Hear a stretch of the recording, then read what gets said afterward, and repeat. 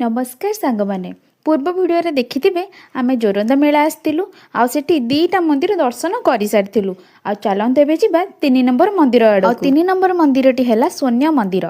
सेठी खाली स्वर्ण मंदिर नुहे 21 हातिया मंदिर आ ता सहित नीतिकूप मध्य थिला। आज के प्राय 200 वर्ष पूर्वे महिमा स्वामी बा महिमा धर्मर प्रतिष्ठाता एठी रहुथिले।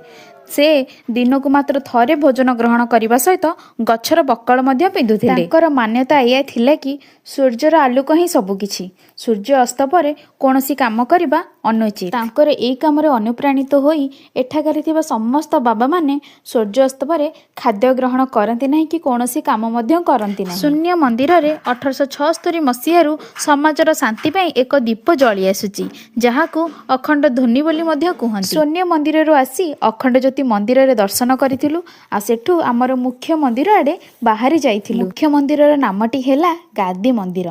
ता भितरे बुलाबुली कला भितरे सुना और रूपार छता देखिबाकू पाइलु। आ एठी जो एते सारा लोक देखुचंती राति रे दीप जालिया में सबु बसिचंती।